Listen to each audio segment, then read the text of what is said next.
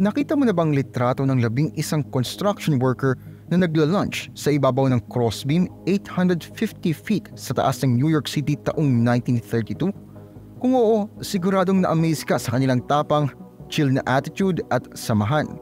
Kung hindi pa, paniguradong mai-enjoy mo to. Ang litratong ito, kilala bilang Launch Atop a Skyscraper, ay isa sa mga pinakasikat at influential na mga larawan noong 20th century. Ito ay nagpapakita ng isang moment sa history na ang Amerika ay bumubuo ng kanyang future kahit may mga problema ng Great Depression. Ipinapakita rin ito ang mga kwento tungkol sa mga taong nagtaya ng kanilang buhay para lumikha ng mga tanyag na mga landmark sa modernong mundo. Sa videong ito, i-explore natin ang history at kahalagahan ng litratong ito mula sa paggawa hanggang sa impact na iniwan nito. I-introduce rin natin sa inyo ang mga tao sa ibabaw ng crossbeam na halos hindi masyadong kilala sa loob ng ilang dekada. Pagkatapos ng videong ito, mas mauunawaan niyo ang napakagandang litrato at kung anong representasyon nito para sa kasaysayan at kultura ng Amerika.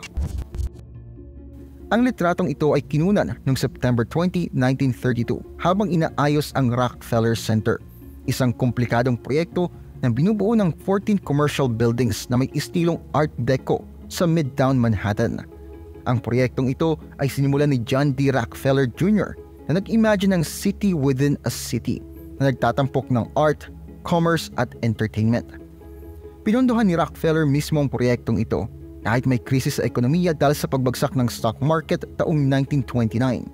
Kinuha niya mga pinakamagagaling na mga architects, engineers at artists na nasa panahon niya para mag-design at mag-decorate ng mga gusali.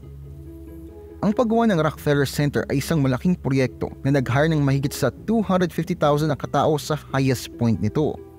Gamit ang mga bago at astig na teknik at materyales tulad ng mabilis na matayong konkreto at prefabricated na mga steel beam, kinailangan ring malampasan ng iba't ibang mga challenges tulad ng pagkuha ng karapatan sa lupa, pakikipag-usap sa mga labor unions at pagsunod sa mga batas ng zoning. Natapos ang proyekto taong 1939 na nagdulot ng isang bagong landmark na dinarayo ng milyong-milyong katao at tinirhan ng mga tenant. Hindi naman talaga candid snapshot ang litrato, kundi isa itong publicity stunt na itinayo para mag-promote ng bagong gusali at ng Rockefeller Center. Si Charles C. Ebbets ang kinontrata ng public relations team ni Rockefeller para magdokumento ng mga proseso ng konstruksyon. Maraming litrato itong si Ebbets na mga manggagawa ng mga panahon na yun, kasama ng mga litrato kung saan naglalaro sila ng football at nagpapanggap na natutulog sa isang steel beam. May mga litrato rin siya ng mga manggagawa na nasa iba't ibang posisyon at lugar sa paligid ng gusali. At noong October 2, 1932, lumabas yung larawan sa Sunday supplement ng New York Herald Tribune. Kasama ng picture na yun ang caption na Launch Atop a Skyscraper. Madali siyang naging sikat at napublish rin sa iba't ibang pahayagan at magazine sa iba't ibang bansa. Astig yung mga lalaki sa picture kasi ang tapang nila sa delikadong sitwasyon. Nakapagbigay din ito ng pag-asa at inspirasyon sa tao noon, lalo na ng panahon ng kahirapan at kaguluhan sa lipunan. Kahit sikat at nakatulong ng malaki ang larawang ito, marami pa rin na nagtataka tungkol dito sa nakalipas na mga taon. Hindi alam kung sino ba talagang kumuha nito hanggang sa dumating ang taong 2003 nang may lumabas na ebidensya na si Ebbets pala ang kumuha ng litrato. Pero napag-alaman din na may mga ibang photographers tulad ni Thomas Keeley at William Leftwich, kaya posible na may iba pang bersyon ang larawan. Hindi alam ng matagal na panahon kung sino ang mga lalaki sa larawan.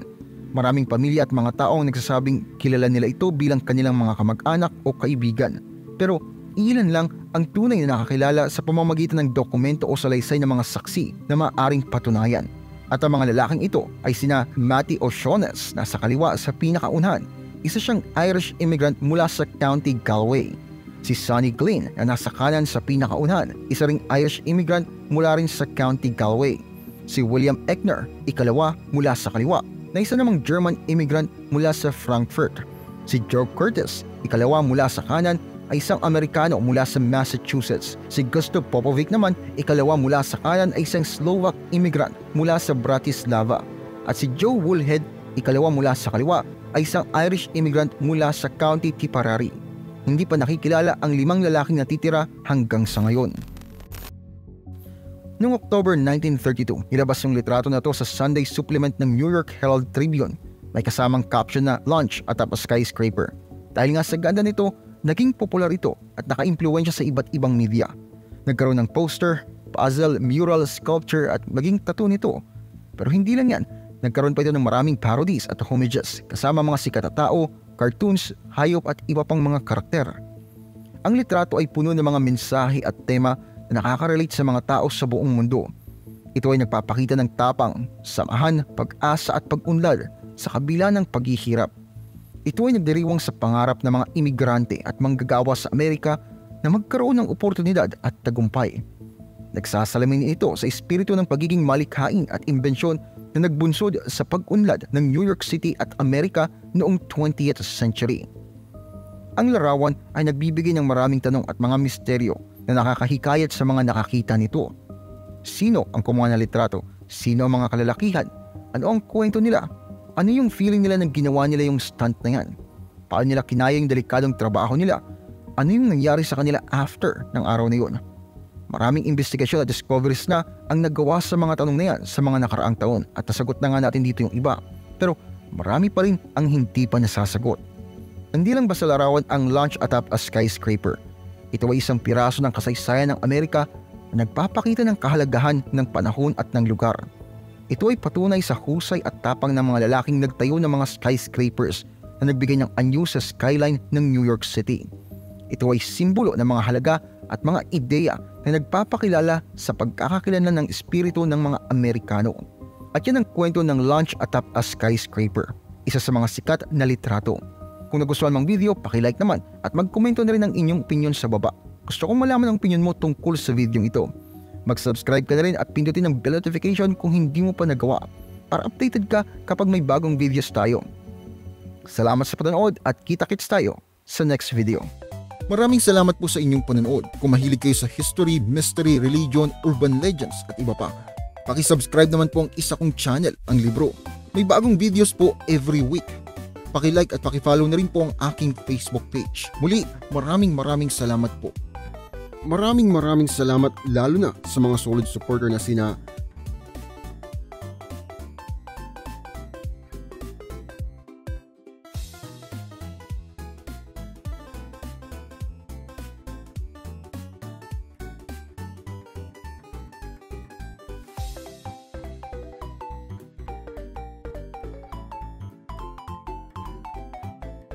meron po tayong member content, pakicheck na lamang po ang playlist. Marami-rami na rin pong nakalagay doon. Muli, maraming salamat po sa inyong patuloy na pagsuporta.